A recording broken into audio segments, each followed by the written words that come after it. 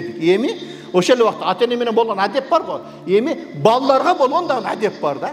Балдарга болгон дагы адеп бар.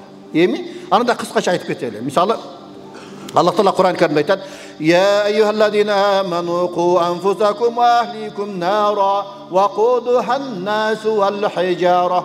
Ey Allah Taalaga iman keltirgендер, өзүңөрдү биринчи тозоктун отунан сактагыла, кийин үй бүлөңөрдү сактагыла, анткени тозоктун оту адамдардан жана таштардан болот деген бизде ушундай бир Куранда аят бар. Ошондуктан биз этият болуш керек. Үй бүлөбүздү өзүбүз тарбиялашыбыз керек, үй бүлөбүздү карашыбыз керек, ошолорго жакшы тарбия беришибиз керек. Анткени пайгамбар хадисинде келет: "Иннал валида мас'улун анил валади ва иннал валада мас'улун анил валиди."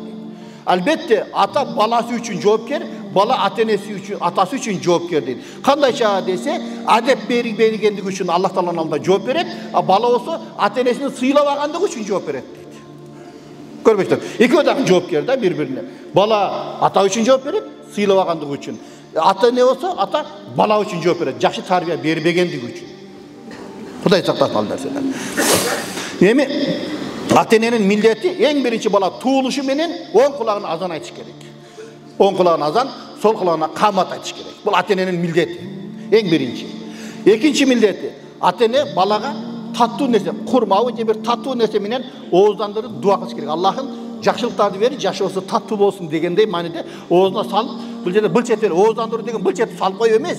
Ошону чайнап салып туруп, мындай уурттарына мындай массаж кылыш керек. Анткени баягы даамдап эмчек эмгенге даярданыш керек да баягы балачы.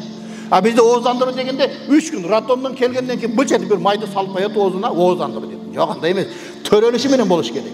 Биринчи азан айтат, экинчи ооздандырыш керек, үчүнчү энесин эмизиш керек. Атка азандын эч кандай тиешеси жок. Шариат боюнча ат 7-нчи күнү коюлат.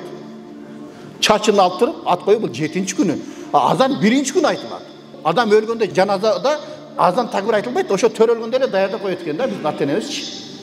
Түзөтүп эле жаназага турат. Бул эми өмүрдүн кыскалыгы деген түшүндүрөт да. Себеби азан айтылды, камат айтылды, намаз Аллаху акбар деп башталат го. Ошондой эле кече төрөлдүк, азан айтылды, эртең эле өлүм келип калат деген сөз. Бул өмүрдүн кыскалыгы деген. Андан кийин балага болгон адептерден биринчи бизне энесин тандаш керек.